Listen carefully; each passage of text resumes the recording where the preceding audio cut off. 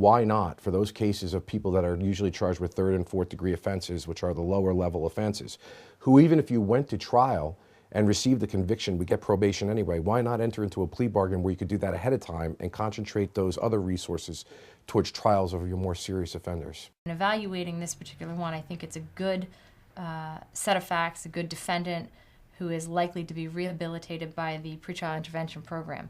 Morris County Prosecutor Bianchi says he'll never plea bargain on a murder charge. At least in Morris County, if you take somebody else's life and you do it knowingly and purposefully, we're trying the case.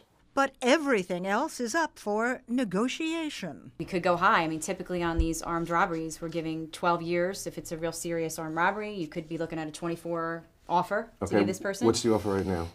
Well, that was the contemplation of the assistant prosecutor that was handling it, was to give 24. We want to make sure we enter into fair and reasonable plea offers so that we don't jam the court system up so we can't try those really important cases. We sign a notice for that date, Mr. Hill? So most times it's a case of clearing the calendar. But sometimes it's a matter of a deal in exchange for cooperation, for helping the state to get a bigger fish, something that may not always sit well with the victim, a scenario taken to an extreme in this Hollywood version of a plea deal. Let's make the deal. They killed a little girl, Nick. It's an imperfect system. And we, its imperfect servants. However, you could win this case. No, can't take that chance. And its aftermath. Please don't make a deal with this man. He's almost sure the deal is done. I'm sorry. I made the deal. What?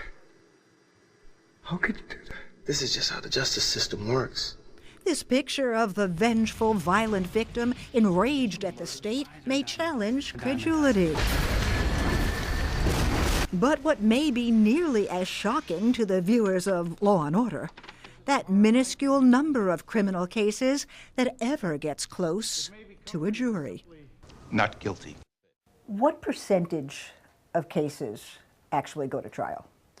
It's, I'd say probably in the 2 to 3%. It's a small number in any county. Still, by law, all defendants could demand trials. And what if they did? The system would be overwhelmed. It's the simplest way to say it. It would be overwhelmed. If everyone asked for a jury trial, we'd have a 25-year backlog, or the governor and the legislature would have to beef up the bench considerably. Considerably. Considerably.